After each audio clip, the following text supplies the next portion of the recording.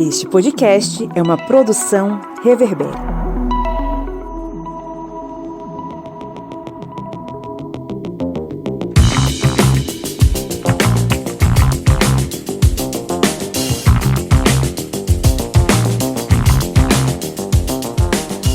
Olá, ouvintes! Está entrando no ar mais um episódio do seu podcast sobre história pública, o seu programete que trata sobre diversos assuntos que giram em torno da história, mas também sobre política, sobre cultura, sobre, enfim, variadas coisas, e espero que possamos aí acompanhar você agora nessa faxina de casa, você que está lavando os pratos, você que está fazendo exercícios, indo para o trabalho, para a escola, enfim. Seja bem-vindo ao Historiante. Eu sou o Pablo Magalhães e estou aqui acompanhado dele, o menino do Rio, o cara que tem o dragão tatuado no braço, o senhor Felipe Monsanto. Bom dia, boa tarde, boa noite. Que bom falar aos ouvidinhos de vocês novamente. Estamos com sotaque carioca essa semana. Aqui, ó, na beira da praia da cor do pecado vermelho, que tá complicado. Bora lá. Beleza, temos aqui também ele, o homem que montou um soviete na beira do Rio São Francisco e desde então luta contra as garras do capitalismo, camarada Kleber Roberto. E aí, pessoal, beleza? Lutando agora também contra as pessoas que não me conhecem, não me veem, dizem, você é meu amigo, lembra aí, você candidato a vereador, a não sei o quê. Gente, por favor, nem começou o período eleitoral e eu já tô apertando mãos. Já tô apertando muitas mãos, então, paciência, gente. Tá demais. Beleza, minha mãe diz, me erre. Não, a estratégia que eu tenho é a seguinte, eu voto aqui em Petrolina, a cidade vizinha é Juazeiro, né? Quando eu venho um desses daí, eu digo, rapaz, eu voto em Juazeiro e não transferi o título, foi mal. Minha mãe é baiana, ela diz, me erre, não venha falar comigo. Tem que abraçar o povo, cumprimentar, entendeu? Comer pastel na feira. Que comunista é você que não cumprimenta o povo? Temos aqui também ele, o editor-chefe do Portal Águia, o homem que voa alto nas asas da águia, né? Enfim, o senhor Eliezer Fernandes. E aí, ouvintes do Historiante, boa noite, estamos mais uma vez aqui. E antecipando aí a pergunta do nosso colega Pablo, temos artigo recém-publicado aqui no Portal Águia, escrito pelo camarada Ivo, que já participou aqui do Historiante algumas vezes. Esse texto que ele escreveu foi sobre a PL 1904, né? O título é Punição às Mulheres e Privilégio dos Estupradores. Então é a PL conhecida, né, como PL do estupro. É uma PL que visa punir o aborto, né? E tem a pena, deixar uma pena maior do que a pena de estupro. Então a gente escreveu um artigo sobre isso, se vocês quiserem conferir, né? Tem um link aí que o Paulo vai disponibilizar. E é isso, pessoal. Perfeito. O link para os artigos do Portal Águia você pode aí encontrar na descrição desse episódio. Lembrando que o Portal Águia é nosso parceiro de produção de conteúdo.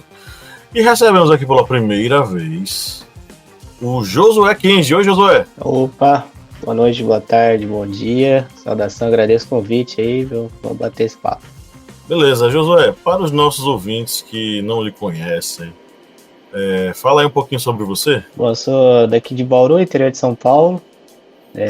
Sou formado em Relações Internacionais e tenho especialização em Gestão Cultural, que é onde eu acabei me enveredando aí. Então acho que foi um dos motivos que acabou conectando a gente, falar de cultura, desde o sentido antropológico até o sentido mais contemporâneo, né? São várias questões bem interessantes. Então, sou daqui de Bauru, terra onde o Pelé começou a dar seus primeiros chutes, né? Se o Pelé não fosse chutado daqui do BAC, não sei como seria a história dele, né? Porque ele não iria para Santos.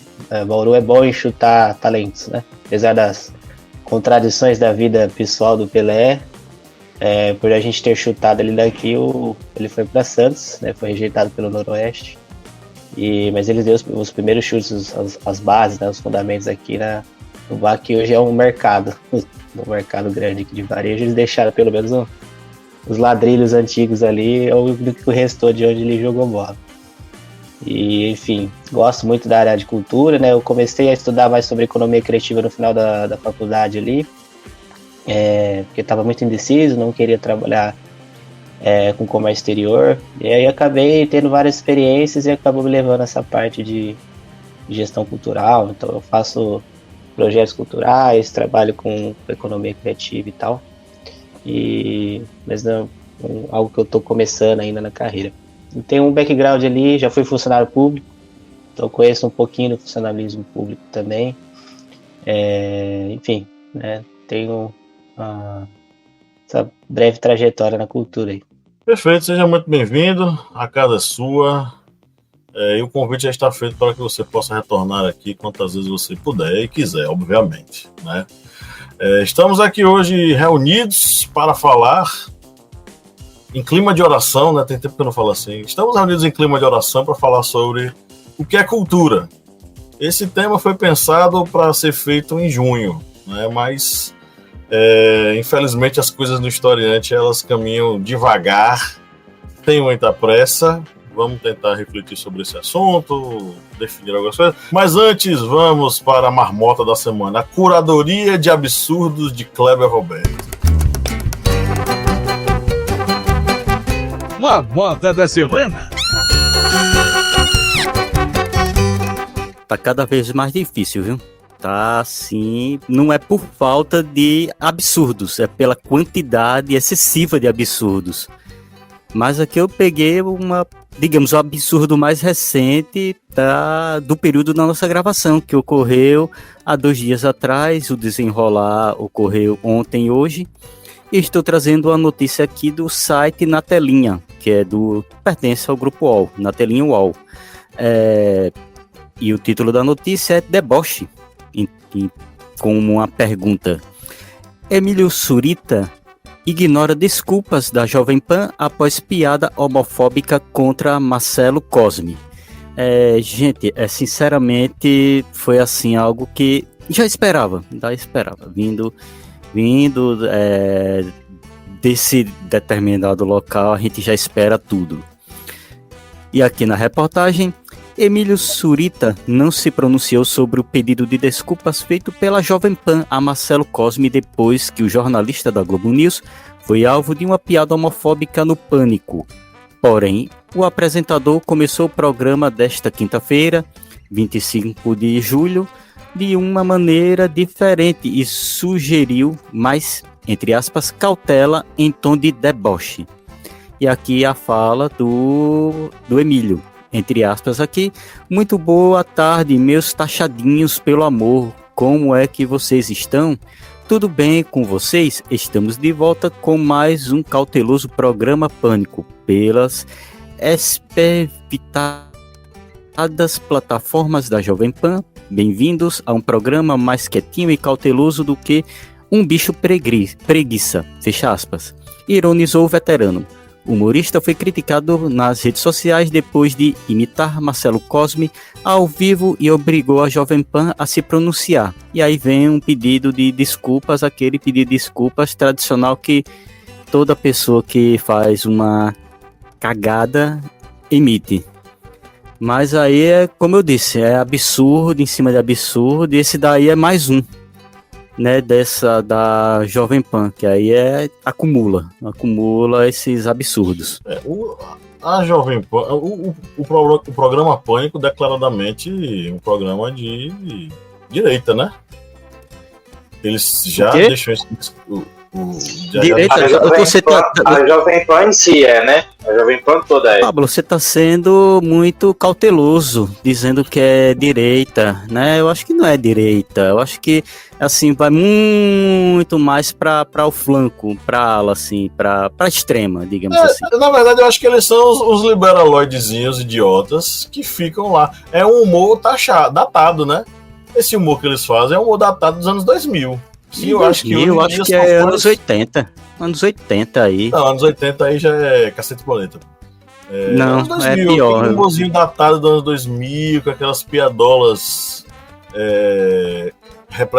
repletas de homofobia. Pablo, muita gente assiste, assiste não, né? Escuta o programa Pânico da Jovem Pan e muita gente acha engraçado, assim. Eu gostaria de contrapor o que você tá falando, dizendo que é pouca gente, mas, cara, não, é muita gente. Eu trabalho na área de TI há mais de 10 anos e meus colegas são todos nesse perfil, assim, sabe? São pessoas homofóbicas, são pessoas que não respeita o próximo, assim, tem uma versão muito distorcida de justiça, de sociedade, e é a galera que escuta, né, o programa Pânico. Então não é pouca gente, é muita gente sim, só não é a nossa bolha, infelizmente. A gente acaba perdendo esse contato. Talvez eu esteja meio acostumado com a galera aqui da minha região, em que o Pânico não faz tanto sucesso, mas... Aqui o Pânico é bem, digamos, inexpressivo aqui na nossa região. Pouca gente conhece pelo, assim, alguma coisa no YouTube, alguma coisa assim, de cortes. Mas não é acompanhado aqui na região. No estado de São Paulo é muito, muito forte. A Jovem Pan, no geral, é muito forte. Nossa, Bauru aqui é dominado, cara. Bauru é um antro, né? Todo mundo que é de Bauru aqui sabe. Teve inclusive um jornalista, tem um apresentador famoso aqui que ele basicamente incitou o pessoal a atacar a prefeita aqui da cidade, que também é bolsonarista, né? Então, assim, bolsonarista contra bolsonarista, qualquer táxi que você for entrar, lojinha, sabe? Quando em vez de o pessoal tocar música, eles deixam um rádio tocando ali.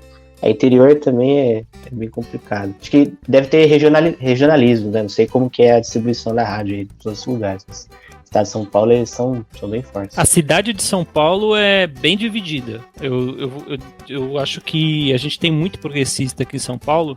Inclusive, eu acho que tem grandes chances do Boulos ser eleito prefeito agora nas eleições municipais. Mas, ao mesmo tempo que também tem muito progressista, a cidade tem muita gente. Então, você tem uma quantidade quase que igual de pessoas que se identificam com a direita. Então... eu acho que o interior é mais voltado para pensamento conservador, no interior todo de São Paulo, mas a cidade de São Paulo ela é bem dividida, tem como que é o nome? Quando são dois polos opostos, é bem... Bipolarizado? Bipolarizado, exatamente. O bom disso tudo que tá rolando agora é que a gente tem percebido, e dentro da bolha, né? Dos jornalistas que eu acompanho, da população LGBT, dos influencers LGBTs que eu acompanho, está sendo pedido o processo contra o Emílio. E vai acontecer. E o Marcelo Cosme ele já se pronunciou, falou que vai processar, porque crime se combate com processo, tudo. E é uma forma de mostrar para todo mundo que é homofobia, que muitas das vezes as pessoas têm uma caracterização de homofobia de bater, de assassinato, e não é só isso. Vai um espectro gigantesco aí, né? E assim, precisa ser punido e precisa ser processado. É o que vai acontecer com ele agora. Mais um processo em cima do Emílio. Bem merecido mesmo. Bom, vamos para o nosso giro de notícias.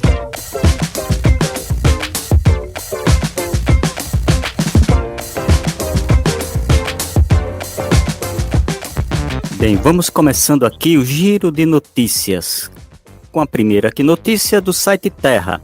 Exposição em São Paulo atropela preconceito contra a cultura do funk. Imagine explicar uma passagem de obra psicanalítica, Totem e Tabu, de Sigmund Freud, com Oxi quer dizer que eu só escolho as bandidas que é parecida com a minha coroa. Ou interpretar o príncipe de Maquiavel com a explicação de que, para bem conhecer o caráter da quebrada, é preciso ser cria, e para bem conhecer o do cria, é preciso entender a quebrada. Folha de Pernambuco. Elba critica invasão de ritmos de fora do Nordeste no São João.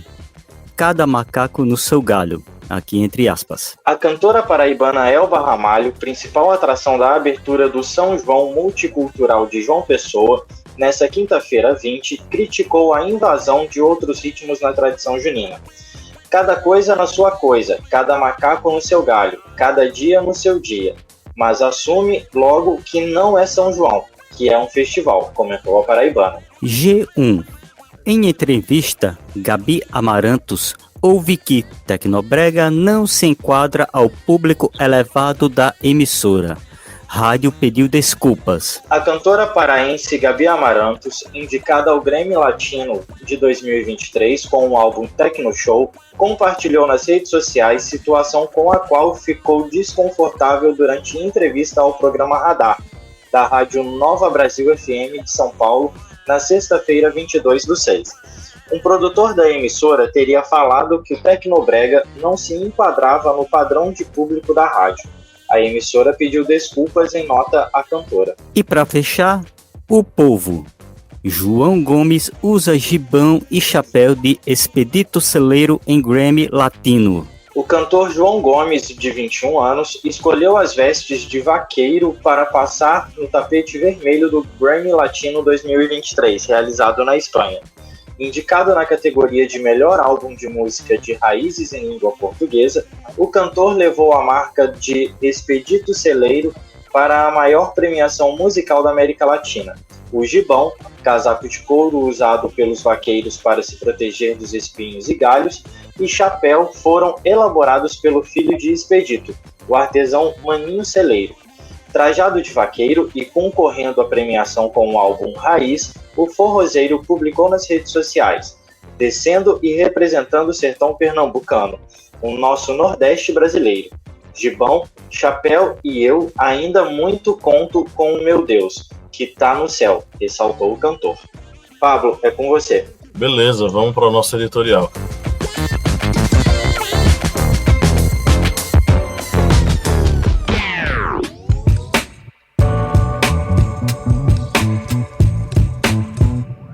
Eu não poderia fazer esse editorial sem partir do meu lugar de fala. Eu sou baiano, eu sou de uma cidade no interior da Bahia, no norte baiano, né? No Vale do Rio Vaza Barris, que tem como característica, compartilhada com diversas outras cidades irmãs ali, um apreço pelas festas juninas e pelo São João. Sendo que São João é o padroeiro dessa cidade em que eu nasci, a pequena cidade de Uauá, no norte da Bahia. Pra gente, festa junina é um evento de extrema relevância e significância, por diversas questões. De um lado, a gente vai ter uma questão ligada à religiosidade, a festa junina é a festa de São João, padroeiro da cidade, que é venerado por muitos fiéis lá, e de outro lado é a festa junina que meio que traz uma tradição muito antiga de comemoração dos povos ameríndios diante da colheita do milho. Quando a colheita do milho ela era abundante no período de junho e os indígenas sabiam que teria muita fartura e a comida não iria faltar para a comunidade. Então, assim, as festas juninas no Nordeste brasileiro elas são destaque significativo entre as tradições populares da região. E são caracterizadas pela ampla participação popular e um clima festivo que assemelha-se aí a uma espécie de Natal antecipado, tentando aí falar um pouquinho aí para vocês que não são daqui. Esse período festivo é considerado por muitos nordestinos como o melhor mês do ano.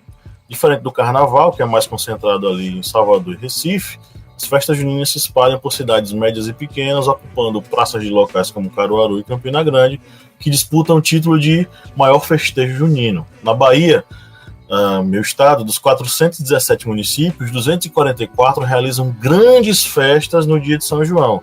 E todas as outras cidades, pode ter certeza, tem alguma coisinha lá, nem que seja uma quermesse em homenagem a esse santo. O crescimento dessas festividades tem sido notável, com prefeituras investindo em grandes estruturas no palco, contratação de artistas nacionais e reconstrução de arenas para shows, como visto em Cruz das Almas, no Recôncavo Baiano, onde grandes eventos foram movidos para o circuito Luiz Gonzaga, capaz de receber mais de 200 mil pessoas por noite. Esse investimento é justificado pelo impacto econômico significativo das festas, que, segundo o Ministério do Turismo, movimentaram 6 bilhões esse ano, agora 2024, e atraíram cerca de 28 milhões de turistas à região do Nordeste, aos diversos estados do Nordeste. Contudo, essa mercantilização das festas juninas tem gerado duas mudanças notáveis na tradição. São duas esferas aí de ação, a camarotização e a sertanejização. A camarotização refere-se à privatização de espaços públicos tradicionais das festas em camarotes pagos, ocupando áreas que antes eram gratuitas, geralmente ali mais aproximadas do palco. Em Campina Grande, metade do espaço em frente ao palco principal foi destinado a um camarote privado, com ingresso chegando a R$600 por dia.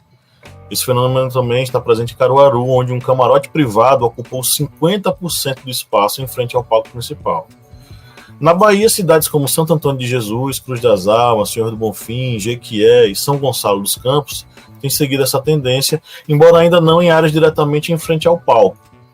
Apesar de a festa em Senhor do Bonfim ainda ser bastante popular e voltada, de fato, para o grande público, né?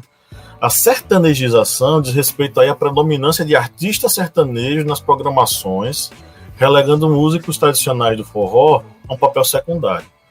Esse ano em Campina Grande, por exemplo, o cantor Flávio José, representante do forró Pé de Serra, protestou contra a redução de seu tempo de show, enquanto Gustavo Lima, um dos principais nomes do sertanejo, teve uma apresentação de 2h30. Em Caruaru, o número de artistas sertanejos triplicou no recorte aí entre 2017 e 2023, com nomes tradicionais de forró sendo excluídos da programação. E se você não sabe, querido ouvinte, saiba agora. Pra gente, festa junina é festa com forró, com a zabumba tocando, um triângulo retinindo e uma sanfona guiando aí as melodias. Essa é a visão tradicional do forró. Essa transformação reflete a mercantilização de festas juninas pelo capitalismo, transformando-as em máquinas de lucro que desconsideram a essência cultural e popular dos eventos. As festas juninas, originalmente manifestações de rua e celebrações comunitárias, estão cada vez mais se tornando eventos segregados, onde a cultura local é marginalizada em favor de atrações que garantem maior retorno financeiro. Esse processo compromete a identidade cultural das festas juninas, que são fundamentalmente aí, vamos dizer assim, locais de preservação de tradições e da história nordestina. Só que aí entra um contraponto nisso tudo. Ora, se cultura, pelo menos em história, tá? Porque eu sou historiador, vou falar da minha área. Se cultura é transformação, se cultura é constante ressignificação, né? E se cultura é também, paradoxalmente, a tentativa de manter viva a tradição, o que diabo é cultura, minha gente?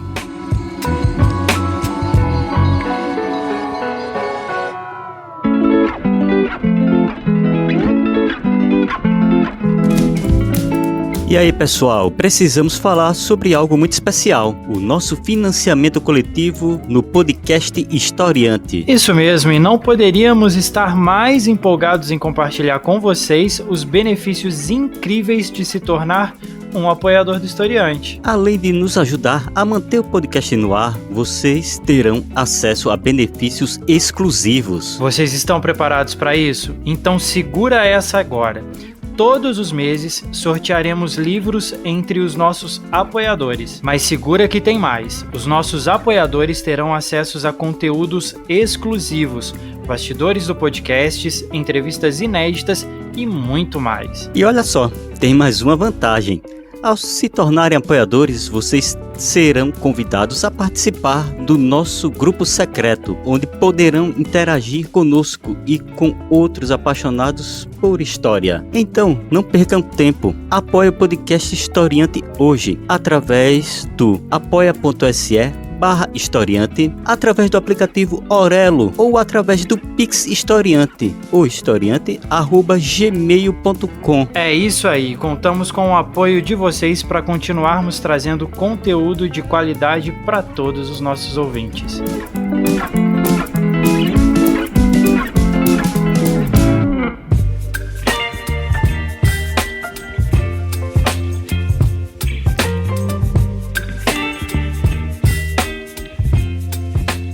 Cara, essa é uma pergunta muito difícil, cara. É muito difícil porque ela é muito ampla, né? Você tem diversas perspectivas ali, né? Só para vocês terem uma ideia, eu fiz o curso livre de produtor cultural, então eu sou formado produtor cultural pelo Senac, então ele é um aspecto mais prático da profissão, que nem é regulamentado ainda. E lá a gente estuda 6 definições. E aí eu fui fazer agora, tô praticamente terminando a gestão após em gestão cultural, acho que em agosto já emite o certificado e tal, já fiz todas as provas.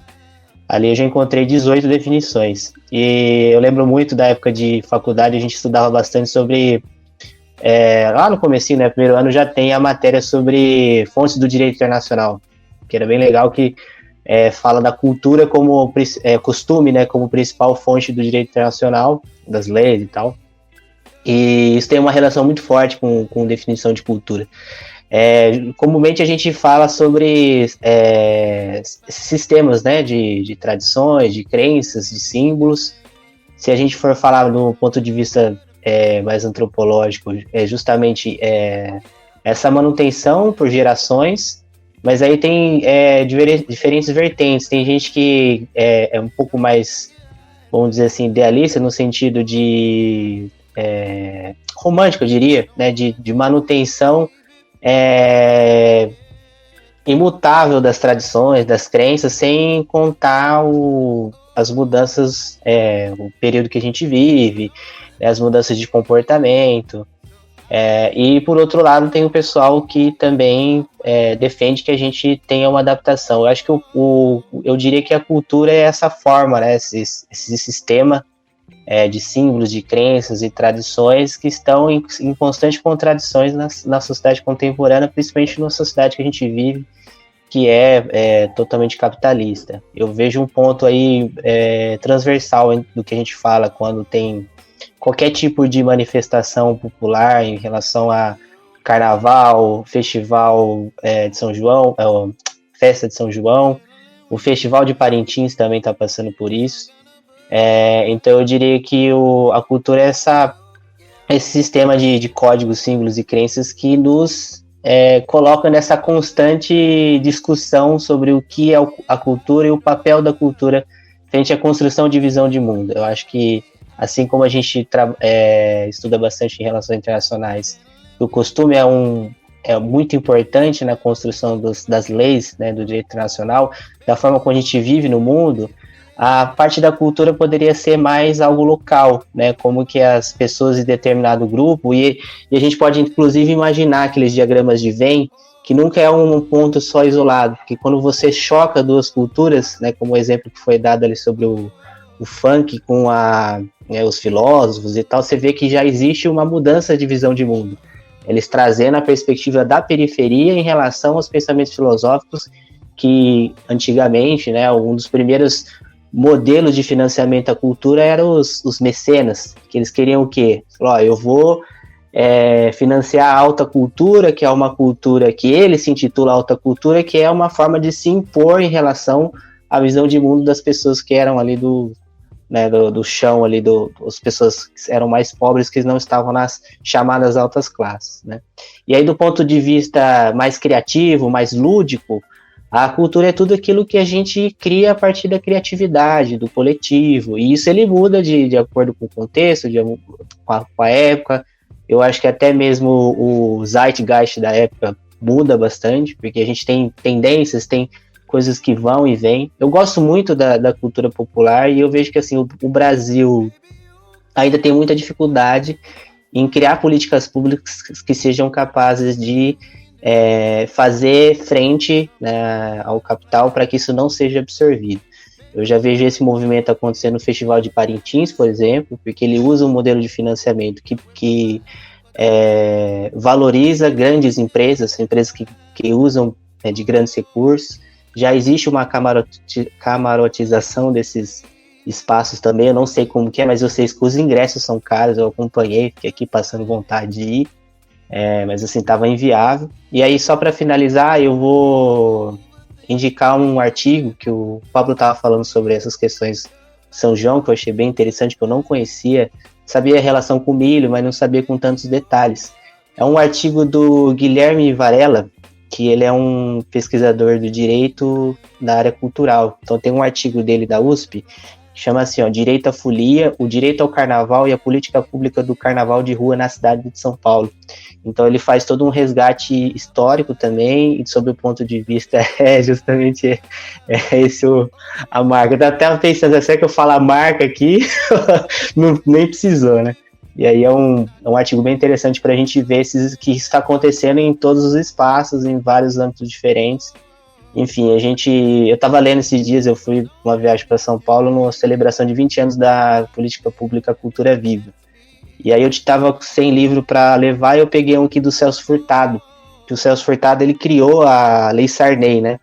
Que foi extinguida e depois virou Lei Rouanet. Então eu fico imaginando assim, em que ponto que a gente acabou dando muita força, porque a Rouanet ela é necessária, mas ela tem esse dilema, né, entre capital e entre interesse público. E quando você dá além de incentivo desse tamanho, com esse porte, né, milhões e milhões de reais, a capacidade que eles têm de mercantilizar isso é muito maior do que a gente tem de contrapor do ponto de vista de cultura como um saber tradicional, cultura popular, etc. Então, como que a gente faria isso? E aí eu lembro que, apesar do nome Lei Sarney, quem criou foi o Celso Furtado, né? E ele tinha essa visão que, na época, as pequenas empresas também poderiam participar dessas leis de incentivo. Então, era um contraponto, hoje não existe mais. Enfim, acabei me prolongando aqui, peço perdão. Sensacional. Sabia que chamar o Josué para falar sobre esse tema seria bastante esclarecedor. A minha visão, como alguém que não é estudioso sobre a área, mas eu gosto muito de ler sobre história, né? Não sou professor que nem o Pablo, mas eu sempre gostei de ler desde pequenininho sobre história. E para mim a cultura é como uma sociedade respira.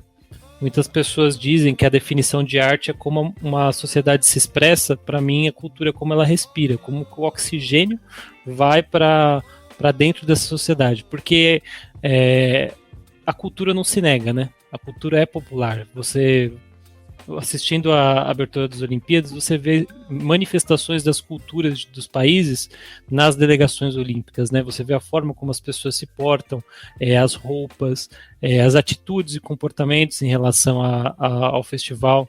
A própria abertura ter sido localizada na França, você tem um festival cultural com a identidade francesa, né? Teve um show de metal com a música da Revolução Francesa, você teve várias, a Catiane me contou que teve vários pontos de diversidade nesse festival. Então, 2 pessoas negras que acenderam o balão das Olimpíadas, né? Você teve muitas coisas que são da identidade cultural francesa.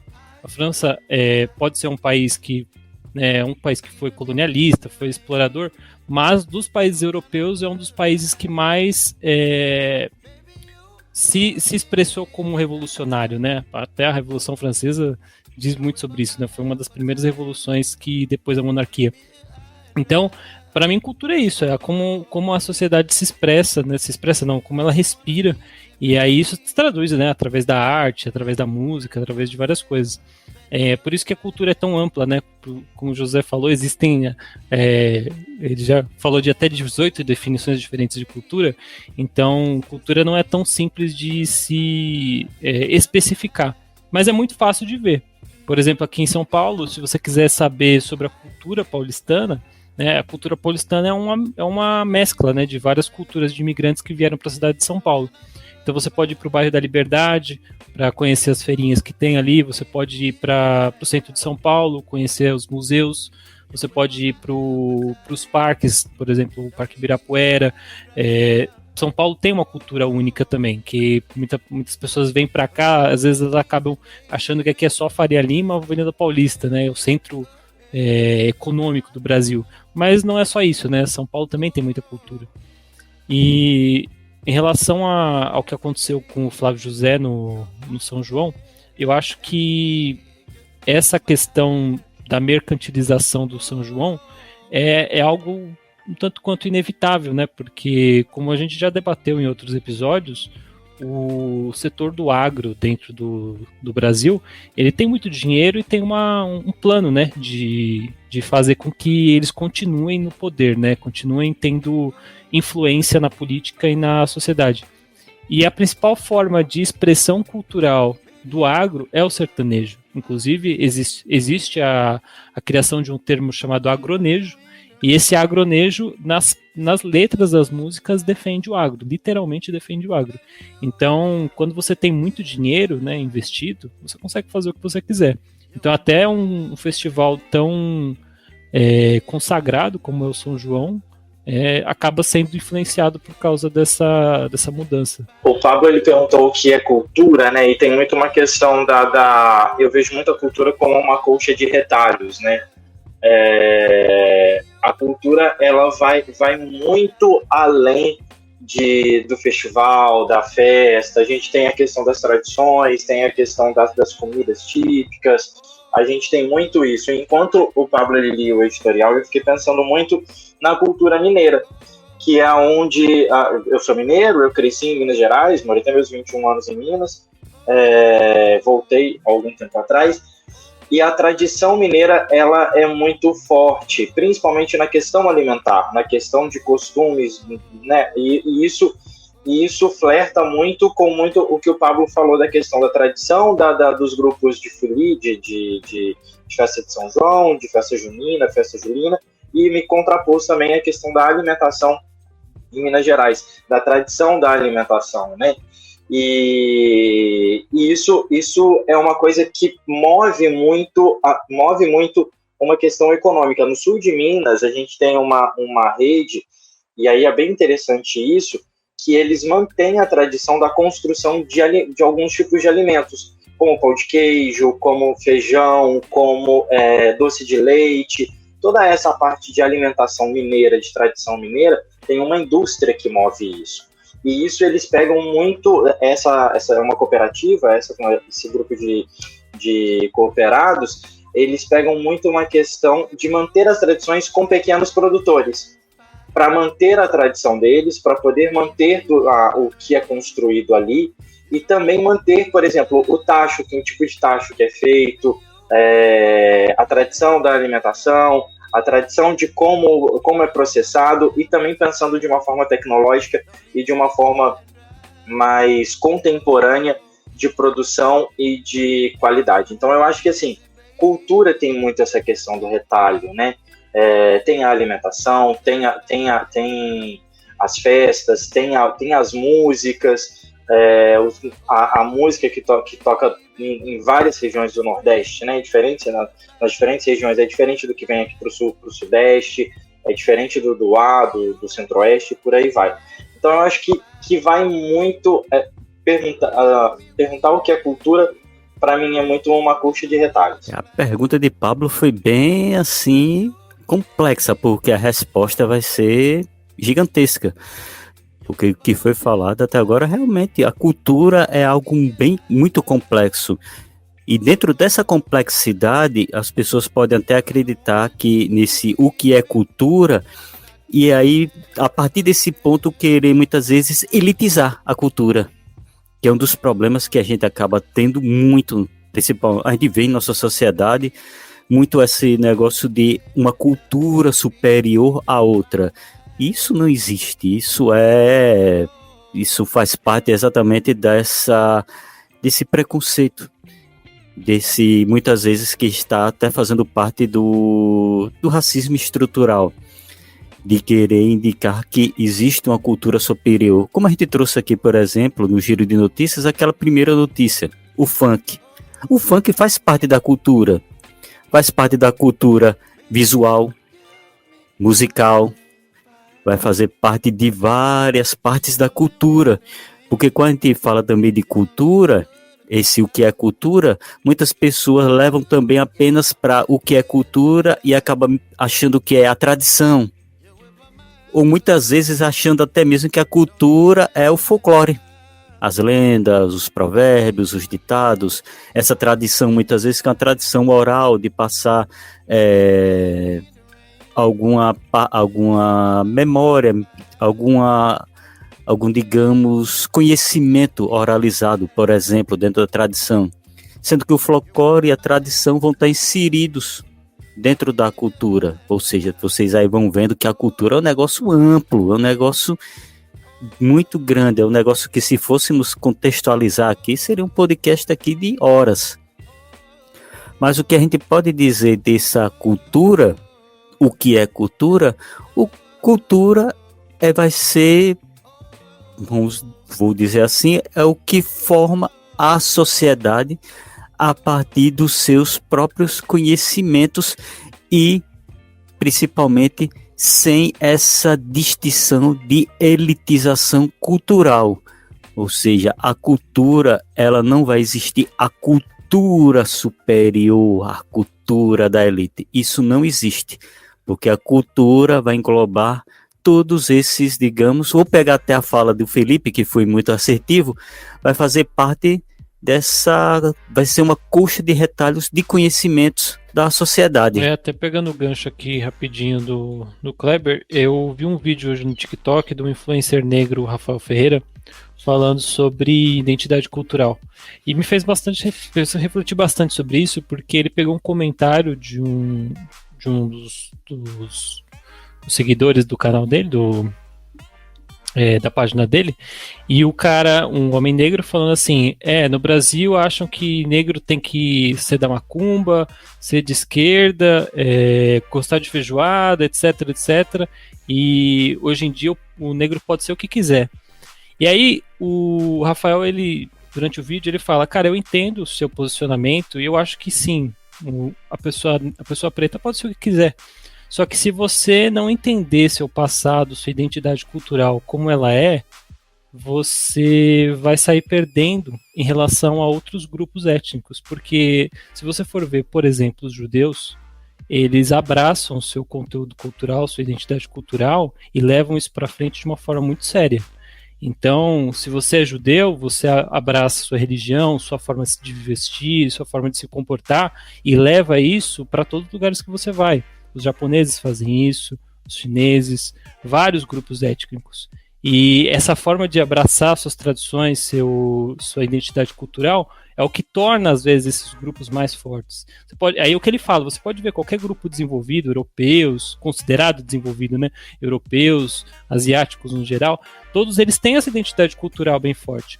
Agora, há um apagamento da cultura negra no Brasil, porque se associa a coisas ruins. Existe um projeto para que isso aconteça.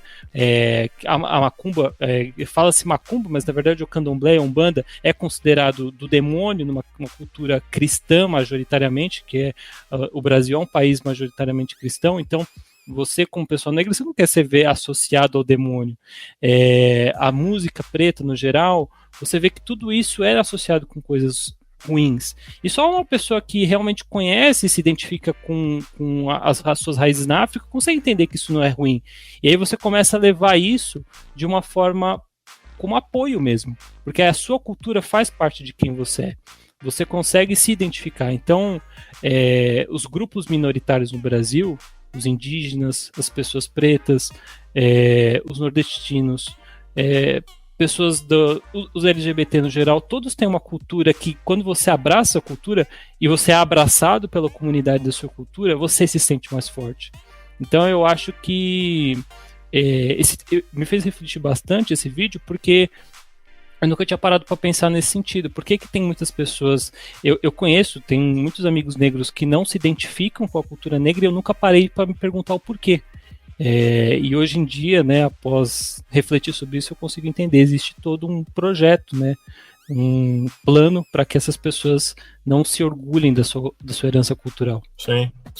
Veja, talvez fosse bom a gente fazer uma reflexão aqui sobre a diferença entre o que é cultura e o que é tradição. Você mencionou agora sobre, por exemplo, como existe um traço cultural, identitário no Nordeste, né? Tem um historiador muito bom chamado Durval Muniz de Albuquerque Jr., que ele levanta em sua tese no doutoramento que o Nordeste é uma invenção. O Nordeste não existe. Ou aparentemente não existia até os anos 40. O Nordeste é um processo de invenção. Por que ele levanta essa perspectiva? Porque, na verdade, toda cultura e toda tradição são uma invenção. Elas são construções inventadas a partir de suas práticas de alguma coisa. Claro que há invenções que levam, enfim, séculos, milênios para serem construídos, que é o que a gente chama como tradição. E aí, como historiador, eu vou levantar aqui dois autores que para mim são muito caros, para Kleber também, imagino, que são o Eric Hobsbawm. Ele escreve um livro, se não me engano, chamado A Invenção da Tradição, e o outro é o Edward Palmer Thompson. Ele vai escrever um livro chamado Costumes em Comum. O que é tradição? Tradição são costumes em comum praticados por algum grupo. Essa tradição não muda, ela é imutável. Ela passa de geração em geração sem modificar seus traços principais. Por quê? Porque essa tradição ela vai servir como uma espécie de âncora de sustentação para a formação da identidade de algum grupo. Eliezer falou sobre como os judeus, por exemplo, mantêm alguns dos seus traços quase que imutáveis até hoje, né? São parte da tradição judaica. Essa tradição não pode mudar. Porque se essa tradição mudar, perde-se a noção de identidade judaica. Por exemplo, eles não vão abrir mão de realizar nas suas crianças a extração do prepúcio. Porque isso é uma tradição sacramentada pela fé deles. É um sinal de que eles fazem parte da comunidade e a circuncisão, aliás, colocou aqui no chat. Isso é um traço deles. É um contrato estabelecido entre eles e o Deus deles. Então isso é imutável. Há questões imutáveis praticadas por um grupo que são colocadas e devem ser identificadas dentro dessa perspectiva do Thompson e do Hobsbawm como tradição. Tradição não muda. Se a tradição mudar, não é mais tradição. Não tem sentido passar ela adiante. E é nesse aspecto, por exemplo, que a Elba Ramalho e o Flávio José criticam a presença do sertanejo nas festas de São João. Ora, se nossa tradição é comemorar e fazer uma festa em homenagem à colheita do milho, tocando o forró pé de serra, por que a gente vai permitir que venha para cá um cara que toca sertanejo? Por que a gente vai permitir que venha para cá um Gustavo Lima que nunca pisou os pés no sertão paraibano, por exemplo? É nessa perspectiva. Aí a gente vem por outro lado, que é a questão da cultura. Cultura é prática. Cultura é mutável. Se a cultura não mudar, ela morre. Ela deixa de ser cultura e vira tradição. E aí vem aquela coisa, vamos resgatar a tradição. Se a gente falar em resgatar, a gente não já está mais falando de cultura. A gente está falando de tradição. Uma coisa que ficou no passado, que precisa ser resgatada, porque é um traço identitário daquele grupo. Por exemplo, a quadrilha é uma cultura. Não é uma tradição, é uma cultura. Vocês já dançaram quadrilha alguma vez na vida de vocês? A galera aí do Sudeste? Josué já dançou quadrilha, Josué? Já, mas era uma coisa meio que de escola mesmo. Não era algo assim dos bairros, assim, era alguns bairros aqui da cidade, por alguns anos, principalmente bairros periféricos, tinham essa prática, mas geralmente era na escola e era mais como uma recreação, não era nem como com esse aspecto mais de... não tinha nenhum estudo, nem nada, era basicamente o que tava ali pra galera brincar, sabe? Era uma recreação, né? Entendi. Pra vocês, o que é? Quando eu falo quadrilha, vocês imaginam o quê? A dança, pra gente. É uma dança meio que cerimonial, né? Você tem passos que são executados. A primeira coisa que me vem é a questão da dança mesmo. Exatamente, é nesse ponto. Pois é. Eu pensei que vocês iam falar, sei lá, comidas típicas. Não sei se a escola de vocês fazia isso. Bolos de milho, canjica, enfim. A gente é privilegiado aqui, tá? Eu estou falando o Josué está me conhecendo hoje. Josué, eu estou falando diretamente de Maceió, capital de Alagoas, mas eu sou baiano, tá? Eu venho de uma cidadezinha chamada Uauá e morei muitos anos em Juazeiro da Bahia, na beira do Rio São Francisco. O Kleber, inclusive, está na beira do Rio São Francisco, em Petrolina, Pernambuco. Literalmente do outro lado. Pois é. Se eu fizer essa mesma pergunta para Kleber vai me dizer outra coisa. Kleber, quando eu falo em quadrilha para você, o que é que você vem na sua cabeça aí, meu amigo? Os grupos de dança que são típicos das festas juninas, que inclusive estão um debate muito intenso aqui com relação a isso, porque muitas pessoas querem o resgate da chamada quadrilha raiz, aquela que se veste tipo cangaceiros, tipo matutos, que aqui na região tem a chamada quadrilha matuta, que é aquela que se veste com as roupas bem coloridas, tal, chita, ou roupas similares a cangaceiros, mas tem muitas quadrilhas atualmente que se vestem como festejos, entre aspas, e vamos dizer assim, com uma muitas aspas aí mesmo, como escolas de samba, com neon, com muito rosa, com muito brilho, e aí muita gente vem batendo nisso, ó, isso aí está fugindo do quê? Aí vem usando o argumento da tradição, tá fugindo da tradição, tá fugindo da tradição. Só que aí, exatamente um ponto que eu até comentar também com o Pablo, era exatamente isso. Se essa cultura, ela não vai tendo essas modificações, vai chegar um momento que vai sumir.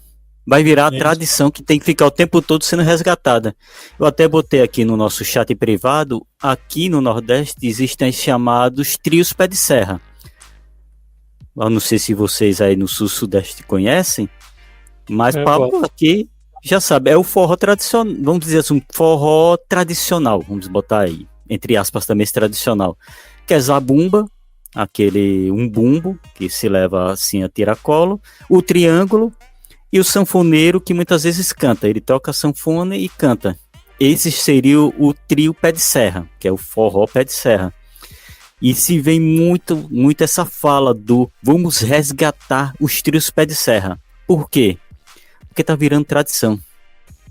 As festas juninas, você não vê mais esses trios pé de serra com o espaço que eles tinham há décadas atrás. Hoje em dia, há realmente essa invasão do sertanejo. Aqui mesmo em Petrolina, no nosso São João, que muita gente já chama até de festival da primavera, festival do inverno, festival de junho, você encontra Bel Marx, Gustavo Lima, como é que é aquele DJ conhecido? Alok, você encontra Alok. Tem essa festa, tem em torno de 80 mil pessoas. Nesse ano a prefeitura fez numa praça vizinha as bandas típicas de forró. Tinha gente que dizia que não tinha nem 500 pessoas. Porque aí esse fenômeno aí já entra em outro tópico, eu acho, né? Que é a questão de como o capital ele está se apropriando desse processo, dessas festas tradicionais, vamos colocar assim, e está transformando elas e ajustando elas de acordo com os interesses do capital. Por exemplo, os amigos já devem ter ido a algum festival aí no Sul-Sudeste, e vocês sabem que dentro de um festival existe um contrato que só se vende uma bebida, só se pratica um tipo de venda lá dentro, que não tem ambulante aleatório. Você se credencia, você está cadastrado, e você ou entra em algum quiosque montado lá, ou você estabelece ali um limite para a colocação de uma barraca para a pessoa vender, enfim. Esse é um processo que o capital exige para fazer a uniformidade e para gerar o lucro dos donos da festa. É um processo essa parte final aí de Kleber que ele está falando, é justamente como o capital se apropria dessas festas, né? Eu só queria fechar o ponto da quadrilha, porque assim, a gente tem a quadrilha, vocês têm essa experiência de vocês, e eu e Kleber temos a nossa experiência, talvez um pouco mais, como é que eu posso dizer, mais aproximada ou mais emotiva, porque faz parte, por exemplo, de um traço identitário nosso, na Bahia, em Pernambuco especificamente, que é a aproximação com as quadrilhas e com as festas juninas. Mas a quadrilha, se você for fazer um recorte, vamos lá, eu perguntei para vocês o que é uma quadrilha, vocês definiram. Se eu fizesse a mesma pergunta, sei lá, para minha avó, ela vai olhar para a quadrilha, que eu acho que é quadrilha, e vai dizer, não, isso aí não é quadrilha. Isso aí que vocês fazem não tem nada a ver com quadrilha.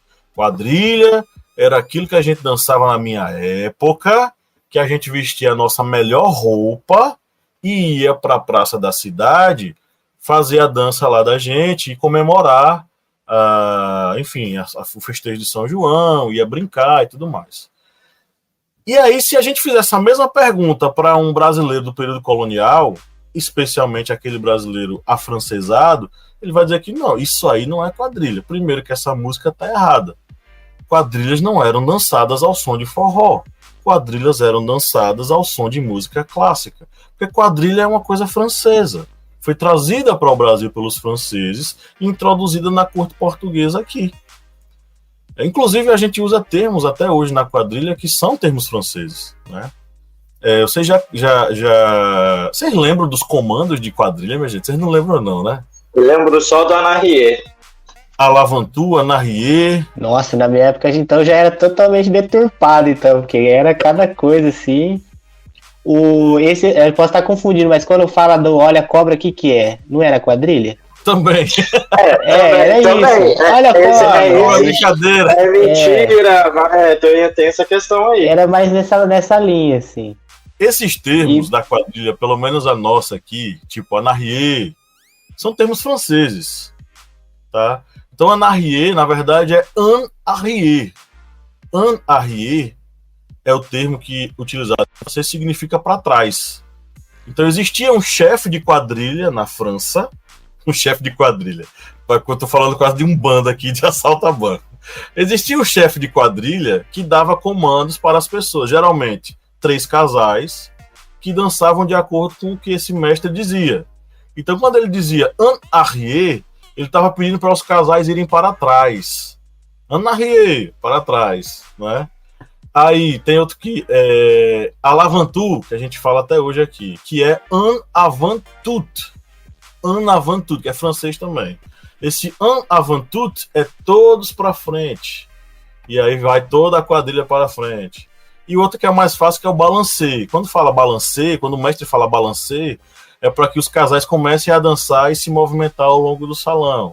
A gente aqui, pelo menos as quadrilhas baianas e as pernambucanas, quando fala balancê, aí sai os casais dançando, forró para um lado, forró para o outro e tal, tomando espaço todinho ali na quadra. É outro termo em francês, balancê, que é de fato para você se balançar, se misturar.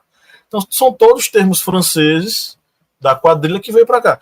Então, assim, se essa quadrilha tivesse morrido ali, se tipo a gente não tivesse se apropriado dela e dado caracteres nossos, essa prática ela teria morrido lá no passado, seria uma mera tradição. Só que a gente começou a dar a ela novos significados. Por que vocês 3 conseguiram dançar essa quadrilha na escola de vocês? Porque a escola de vocês se apropriou e deu a essa quadrilha o seu significado. Talvez bem diferente do que a gente pratica aqui. Mas tudo bem. Foram adaptações culturais necessárias. Se uma cultura não se adapta, ela morre, ela se torna tradição. E ela vira capítulo em livro de história. Então essa é a grande questão. Cultura é movimento, cultura é transformação, cultura é constante adaptação e, principalmente, cultura é apropriação das novas gerações sobre aquilo que é feito no passado. Se as novas gerações não se apropriam disso que é passado, isso deixa de ser necessário. Sacou? E é o que a gente vê hoje aqui, pelo menos em Alagoas. Ninguém quer dançar mais quadrilha, porque não faz mais sentido. Não há mais sentido. Então essa cultura, a partir, sei lá, desse ano, do ano passado, ela vai começar a perder seus caracteres e suas características que a colocam como cultura e vai passar para o campo da tradição. Pelo menos essa perspectiva é em história.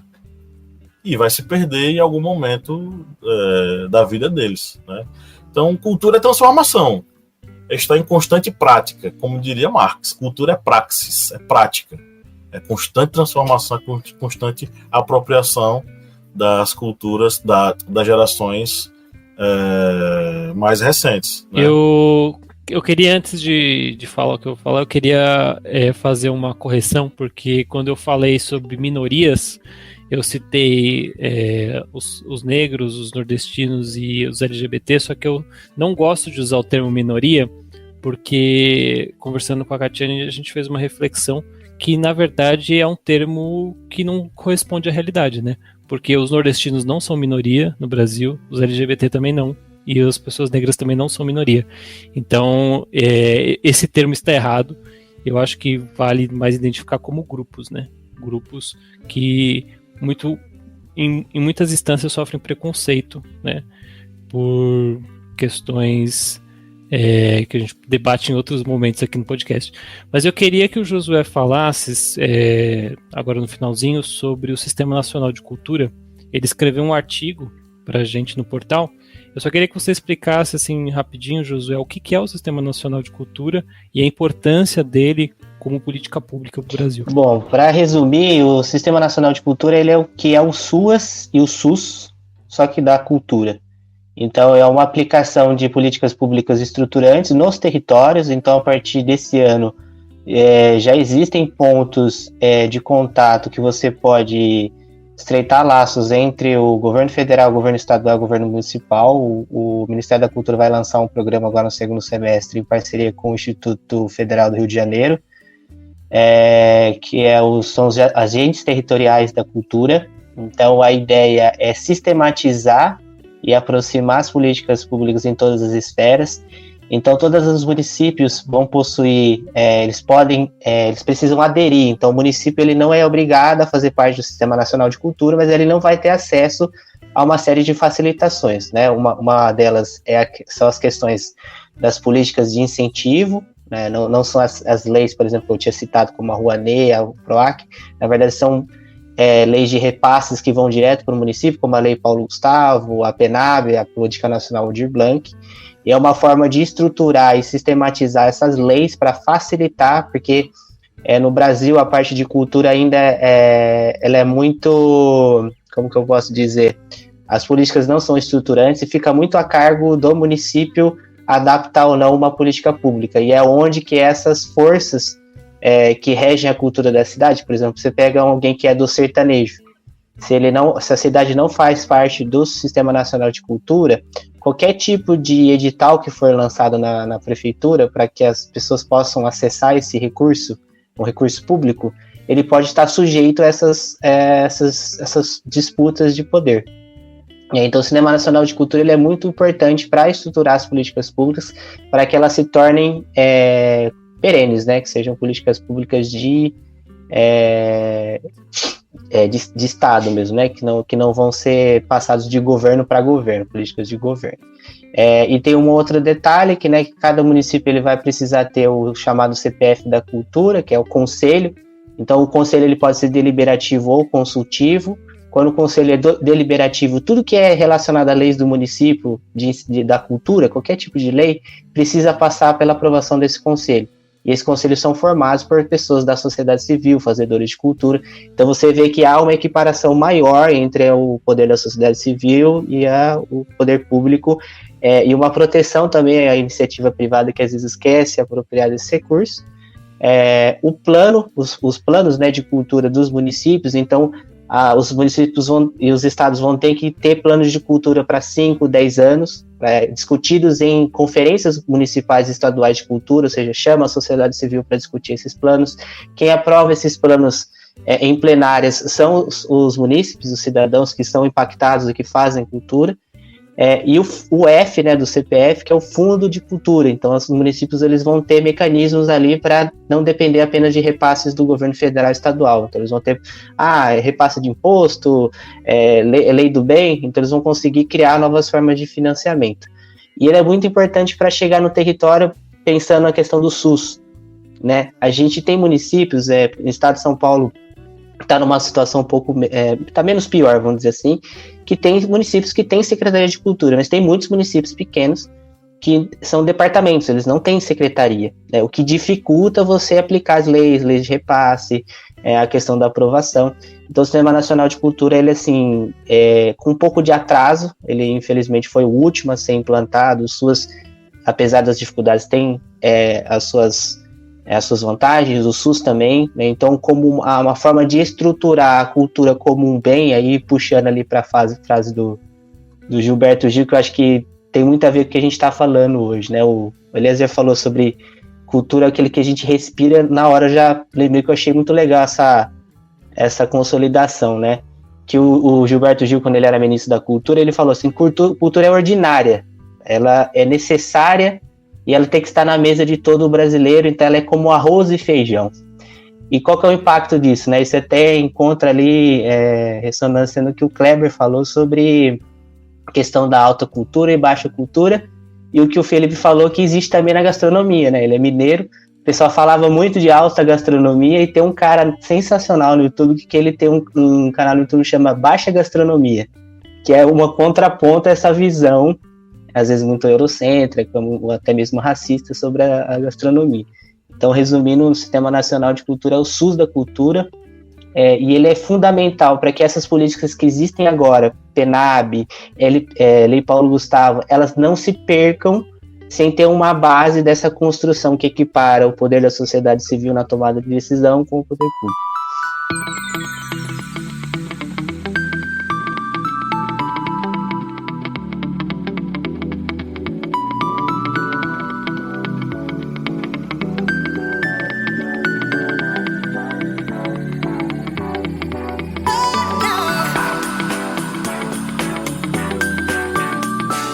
Hoje a gente não tem quiz, tá? Hoje foi meio freestyle.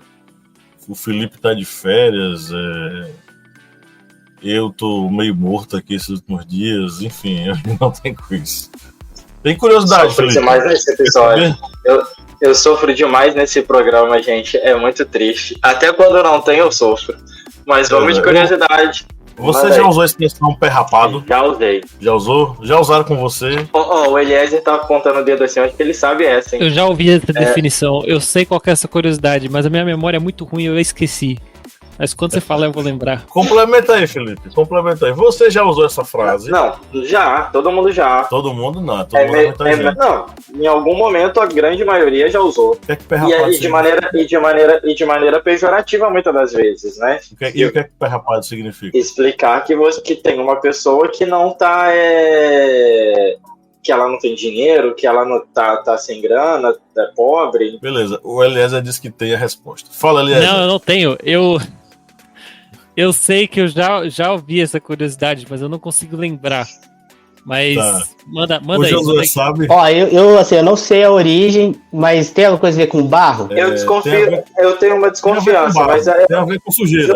Eu acho eu ouvi uma história de que né, quando tinha muita definição clara de quem tinha dinheiro e quem não tinha dinheiro, quando eles iam, não sei se era para a igreja ou para o museu, do lado de fora existia algo que você poderia, não sei se era bater as botas para tirar o barro. E aí que eu me perco, né? Que eu não sei onde que é essa parte que eu tô lapso aqui da memória que eu não lembro. Mas eu sei que tinha uma definição do cara que era o pé rapado, que era o cara que era mais pobre, que ele não tinha condição de fazer de entrar no lugar sem estar sujo de barro. Mas aí, a partir disso, eu já não lembro mais. Pessoal, no período medieval e na antiguidade, as ruas, especialmente depois da dominação romana, as ruas elas não tinham estrutura. Os romanos eles tinham preocupação, vamos colocar pedras e deixar com que a rua fique ali minimamente caminhável, trafegável. No período medieval não existia essa preocupação tão grande. E entre o período medieval e a era moderna, as principais cidades europeias elas eram de barro e de fezes, de demais dejetos, e tudo que não presta você encontrava na rua. Os nobres não tinham qualquer problema com isso, porque seus sapatinhos de camurça jamais seriam sujos com essa sujeira da rua, porque eles andavam nas liteiras ou andavam em carruagens e chegavam, por exemplo, até a igreja intactos e podiam entrar de boa. Já a burguesia, antes da Revolução Francesa e demais pobretões que viviam nas cidades, eles tinham que caminhar com suas botas no meio da lama, da sujeira, da merda e de tudo.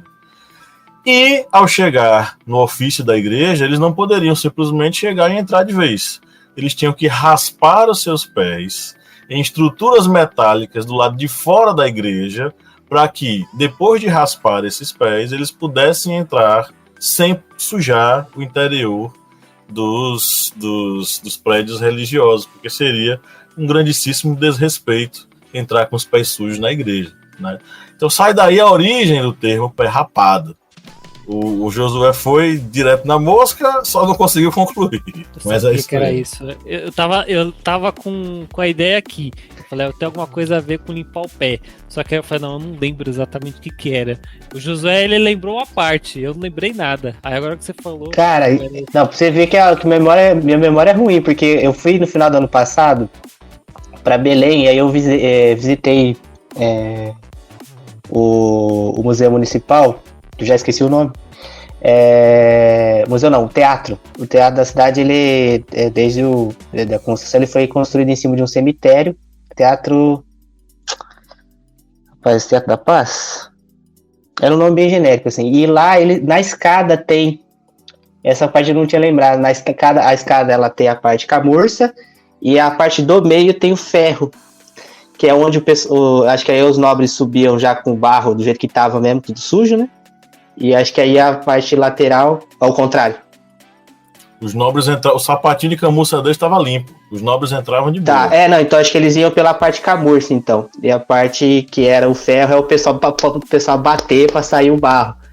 E é engraçado que lá, por exemplo, você pega lá, tem até a pressão de tanto que o pessoal batia lá. E eu não tava lembrando dessa definição. É uma estrutura meio redondinha, assim, eu já vi isso em imagens, tem uma parada assim. Beleza, mais uma curiosidade aí. Essa galera já matou já. Né? O Kleber ficou calado porque ele já sabia, né, Kleber? Essa daí já sabia. Eu tava lembrando aqui de outra curiosidade ligada ao forró. Porque vocês sabem, né, qual a origem do nome forró. Essa aí vocês não sabem? Olha, Kleber, agora é a hora. Brilha! Porque tem esse costume de dizer que o forró é originário dos soldados americanos que estavam no Rio Grande do Norte e achavam aquela música interessante e chamavam de forró. Aí se pegou e aportuguesou para forró. Isso, infelizmente, está muito comum. E não tem nada a ver com isso. Que o forró, que normalmente é conhecido, ele vem de forró bodó, que é um estilo musical lá do século XVIII. E esse nome forró bodó é de um estilo musical que vem do francês, como o Pablo estava falando dos trechos das quadrilhas, que são aportuguesamentos, vamos dizer assim, de palavras francesas. O forró bodó é um aportuguesamento, olha, criando aí palavras aí da língua portuguesa, de uma palavra francesa chamada fox bordou, que é um estilo musical, que é um falso bordão, que era uma prática musical muito comum ali no final da Idade Média, Renascimento. E esse falso bordão, o fox bordou, virou forró bodó aqui no Brasil. E depois o forró bodó virou forró. Mas, infelizmente, se criou-se essa história, essa outra fake news histórica aí de que o forró tem origem dos soldados americanos, chamando for all, para todos. Que era o baile para todos, for all. Era, e que não tem nada a ver. Pois é. Vocês sabiam dessa parte do inglês? Do for all? Não conhecia nada. Já tinha ouvido falar, inclusive a parte do forró bodó eu tinha lido na Wikipédia, só que eu tinha esquecido também. Agora que o Kleber tá falando. Minha memória é muito ruim. A Catiane fala que a memória é seletiva. Eu lembro de coisas que na minha cabeça fazem sentido e depois o resto eu esqueço tudo. E o forró bodó, eu lembro que tava escrito no Wikipedia certinho, o forró bodó. Eu falei, e quando o Kleber falou, é isso mesmo. Bom, então é isso, nós chegamos aqui na área de indicações, é o momento da gente sugerir coisas para os nossos ouvintes, que é o momento que a gente oferece às pessoas que nos ajudam a pagar algumas contas aqui do Historiante, que são os nossos apoiadores, queridos e queridas, que mantêm esse projeto de pé, né, Felipe Bonsanto? Isso mesmo, Pablo, essa galera que não larga a nossa mão e que está aqui com a gente toda semana, em todos os episódios, e nos ajuda aí uma vez por mês com a contribuição delas. Essa semana a gente vai fazer o oferecimento das indicações para dois deles, que é o João Vitor Dias e a Juliana Duarte, nossos apoiadores aí. Muito obrigado, e as indicações dessa semana vão em especial para vocês, para o João Dias, para o João Vitor Dias e para a Juliana Duarte. Um abraço, muito obrigado aí pela ajuda de sempre. Está aberta a rodada de indicações. Eu vou indicar as minhas, ninguém se manifestou. Leiam. Eu falei do Peter Burke aqui. Falei de Hobsbawm, falei de Thompson, e vou sugerir um terceiro historiador muito bom, Peter Burke.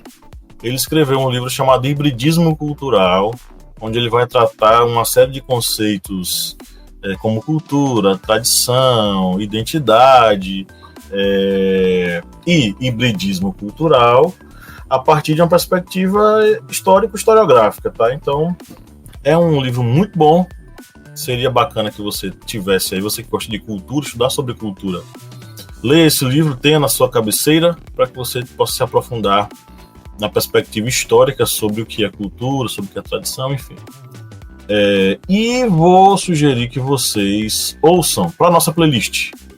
Eu peguei 2 músicas, vamos dizer assim, do cancioneiro popular das mais clássicas, né? Eu peguei Esotérico, do Gilberto Gil. Acho que pouquíssimas vezes eu sugeri Gilberto Gil, mas vai Esotérico. E vai também uma cantora que é a primeira vez que eu a menciono aqui. Há um tempo atrás eu estava fazendo uma cruzada para conhecer e ouvir as cantoras, as jovens cantoras brasileiras, principalmente as vozes negras brasileiras da nova geração, e eu esqueci que da galera da velha guarda tem muita gente boa que seria bom dar os ouvidos, né? No caso, Clara Nunes é uma delas. Então eu coloquei aqui a música A Deusa dos Orixás para vocês ouvirem. E é isso, passa aí adiante. Quem quer continuar? Vou aproveitar, vou fazer as minhas aqui então. Para assistir, eu vou indicar o documentário que ele está disponível no Globoplay, mas tem dele também no YouTube, disponível completo no YouTube, que é O Povo Brasileiro, de Darcy Ribeiro, dirigido por Darcy Ribeiro, que conta um pouco da história da cultura brasileira, dessa colcha de retalhos, né, igual eu falei no começo do episódio. A minha definição vem muito a partir desse documentário. É um documentário bem interessante. Ele é um pouquinho antigo, acho que ele é de 2017, 2018, mas vale bastante a pena assistir. E para ouvir, eu vou indicar a música do álbum novo da Cell, Gerando na Alta, que é uma música, semana passada foi Dia do Amigo, eu ia indicar no programa passado, aí, celebrando as amizades, né? Essa música é dedicada aos amigos da Cell. E Amanhecer, eu descobri hoje que o Barba, baterista do Los Hermanos, ele está ingressando aí numa outra banda e lançaram um single hoje, o Barba Ivan, que chama agora, ele chama Amanhecer. É uma música bem instrumental, bem gostosinha, para dar um relax aí na galera no final de semana. São essas as minhas indicações. Beleza, vou continuar aqui com as indicações. A dica de leitura /filme /série, eu vou indicar 2 filmes que são expoentes da cultura brasileira, né? O primeiro é O Alto da Compadecida, baseado no livro de Ariano Suassuna. É uma joia, né, do cinema brasileiro, e foi exibido inicialmente como minissérie, né, e depois foi adaptado como um filme. Mas assim, você dá risada, você aprende, você reflete, é incrível, assim. O Alto da Compadecida reflete a genialidade de Ariano Suassuna, né. E Central do Brasil, que eu não tinha assistido, assisti esse mês, mês de julho. Eu nunca tinha assistido Central do Brasil, tinha ouvido falar muitas vezes do filme e eu sempre tive curiosidade. E está disponível na Netflix o filme. Ele fala exatamente sobre Às vezes eu esqueço que você é jovem, cara. Pois é. Eu você nunca não tá assistido. nos 30 ainda, não é isso? Não, fiz 31. Você fez 31? 31. Então deveria ter assistido. Eu não tinha. Eu fui criado numa família evangélica, não tinha televisão em casa. Então, muita coisa do tradicional eu não tive acesso. Aí depois que eu fui me inteirar, né? Depois que eu fui excomungado. Mas então, o Alto da Compadecida tem disponível, acho que no Globoplay, para assistir, né? Quem quiser, quem não conhece, quiser assistir. E Central do Brasil disponível na Netflix. Como música, também falando de cultura, vou dar 2 exemplos aqui que falam de versões diferentes da cultura brasileira, né? Uma é a música Que Nem o Meu Cachorro, do Black Alien. O Black Alien eu acho que hoje é meu artista favorito, junto com o Criolo, de rap nacional. E eu gosto muito dessa música porque ela expressa muito o que é o carioca raiz, assim, de certa forma. Eu gosto muito dessa música. E a música La Belle de Ju, do Alceu Valença, que é um clássico também, né? E é uma música muito gostosa de se escutar. Também acho que exemplifica muito o que é a visão do Nordeste de uma forma tradicional, né? O nome francês da música, a forma como ele fala, da praia. Acho muito legal. Então essas são minhas indicações. Só um reparo, posso fazer um reparo? traz muito a perspectiva pernambucana, litorânea do Alceu Valença. Mas não do Nordeste, porque o Nordeste é muito grande. Sim. É gigantesco. E Então eu concordo contigo. Eu, como sudestino, eu sempre caio no lugar comum de falar Nordeste, quando a cultura nordestina é muito maior do que só um nome, né? A gente fez um teste aqui com o Felipe, a gente trouxe um colega aqui para falar na formação dos professores. Foi um episódio que a gente falou sobre a questão do apagão dos professores. E aí eu fiz uma pergunta para o Felipe. Felipe, ouça o sotaque desse nosso convidado e diga de onde é que ele vem. Se esse sotaque dele tá mais para Bahia ou se tá mais para Pernambuco. E aí ele ouviu o nosso colega e ele chegou à conclusão de que o sotaque dele parecia com o meu. O cara, Clever, o cara pernambucano de Recife, com o sotaque bem carregado ali da área, da zona metropolitana de Recife. Ele disse que parecia o sotaque com o meu. Meu sotaque é do interior da Bahia. Me defendendo que eu não conheço o Nordeste. Então, assim, não sabia. E eu lembro que eu falei que ele era de Feira de Santana. Eu acho que é da região de Feira de Santana. Não. Deixa eu pegar no pulo esse Pablo aí, fanfarrão. E aí, entre eu e o Josué, você consegue distinguir os nossos sotaques? Não. O jogo virou... Eu consigo. Fala aí de novo, Josué. O que pra ver o sotaque? Fala a porta, porteira e portão, Josué. A porta, porteiro, portão.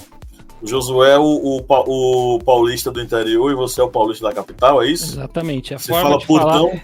Só que o Josué, ele fala muito parecido com o paulistano. Então é bem difícil de separar. Mas quem é do estado de São Paulo consegue identificar.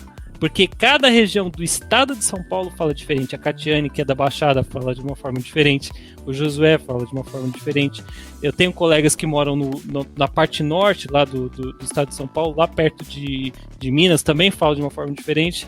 Só que vocês não conseguiram identificar, porque é uma coisa seria sempre a mesma coisa. A gente tá falando de um estado só, mas a gente tá falando de estado só. Você fala do Nordeste como se fosse um só. O Nordeste não é um só. O Nordeste é uma galera. Tem um vídeo do PH Santos falando disso, né? Ele responde não sei se era um seguidor dele falando sobre... o rapaz falou, seguidor dele, falou assim, eu tô indo pra sua terra aí em tal mês. Vou passar a ver você. E o PH é de Recife, de Pernambuco. Aí o cara falou assim, eu vou ir, no Nordeste. Nossa, pra quê?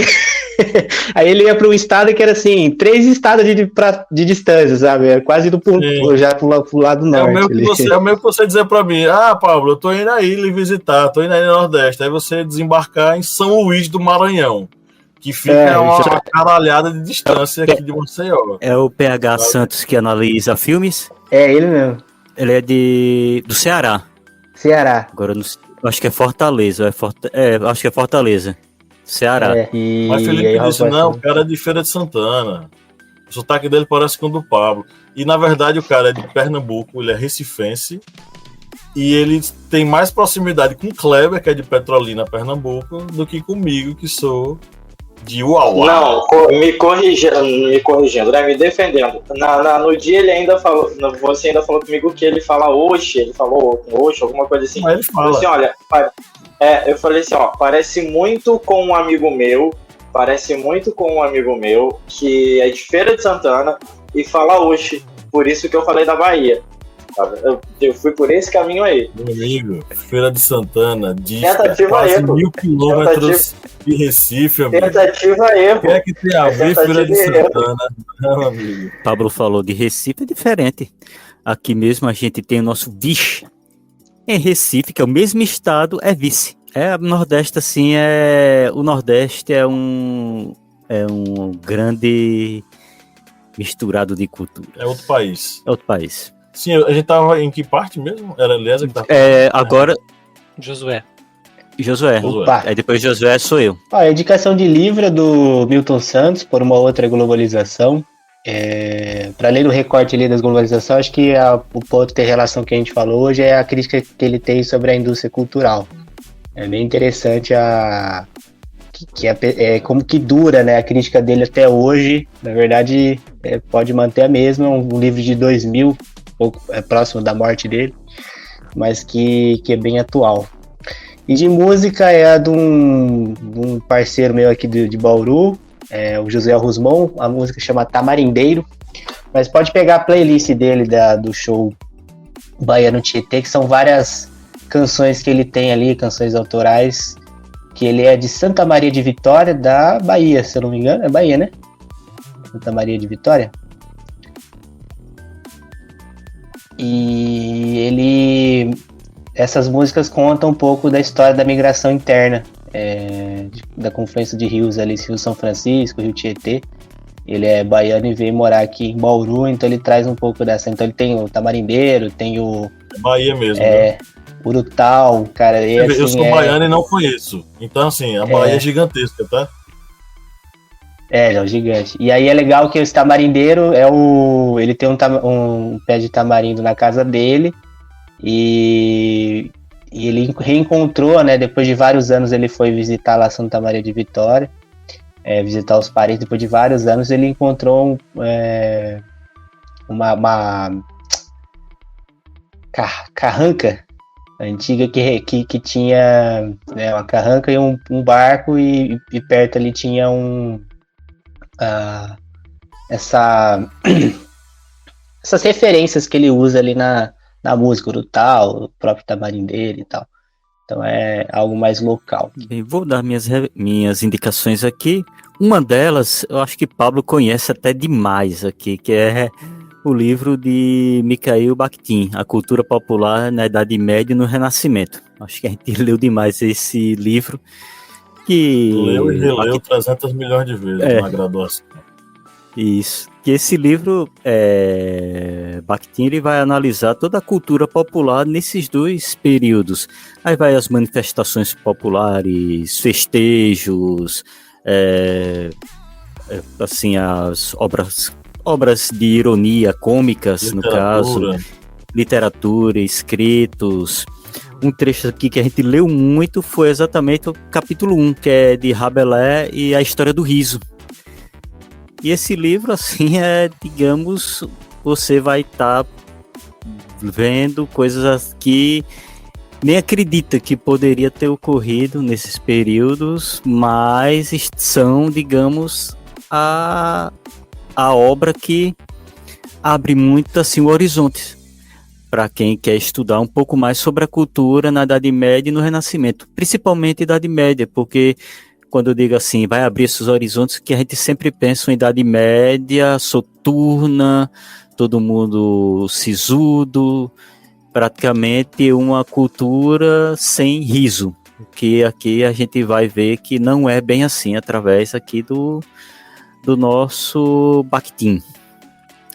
E como músicas, eu vou indicar aqui 2 músicas, uma delas, a música Maracatu Atômico, de Chico Science e Nação Zumbi, e outra que é um cover de João Gordo, que ele fez de um shot, que é de Tim Maia, que é a música Coroné Antônio Bento. E aí eu vou até comentar isso, porque a galera do rock, heavy metal, muita gente insuportável, que é por isso que o rock tá morrendo, por causa da própria galera que escuta e não aceita mudança. Como o Pablo estava falando lá no início, né? Cultura, quando não tem a atualização, digamos assim, upgrade, acaba virando tradição. E é isso que está acontecendo com o rock. Que João Gordo foi atacado de todas as formas possíveis, porque fez esse cover. E o pessoal, não, isso aí não pode, blá blá blá. Mas enfim, digamos, o rock indo de mal a pior, graças a seus fãs. Eu esqueci, eu ia falar na minha vez, mas eu acabei esquecendo. Eu queria indicar para os ouvintes que são gamers, né, que gostam de jogos, um jogo que eu finalizei no começo do mês, chama Disco Elysium, que é uma obra-prima. Esse jogo é um RPG com foco em storytelling, né, em você contar a história pela perspectiva de um personagem que perdeu a memória, e aí você meio que faz as decisões como se ele não tivesse lembrado de nada. E ele é um detetive que está investigando o assassinato num bairro pobre de uma cidade fictícia, numa nação fictícia, de um mundo fictício. Só que esse mundo tem comunismo, tem liberalismo, tem pobreza, tem crime, tem todas as coisas que tem no nosso mundo.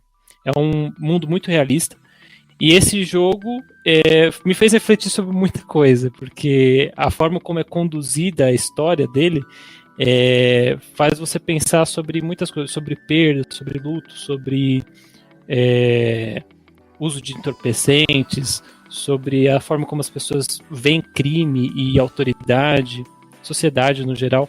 É um jogo muito interessante. E como a gente está falando de cultura, os jogos são expressões da cultura, né, de certa forma. Inclusive, hoje em dia, a indústria de jogos movimenta mais dinheiro do que a indústria de filmes. Então eu indico aqui Disco Elysium, que está em promoção na Steam, para quem tem a plataforma aí, e tá valendo muito a pena. Perfeito, então chegamos ao final de mais um episódio aqui.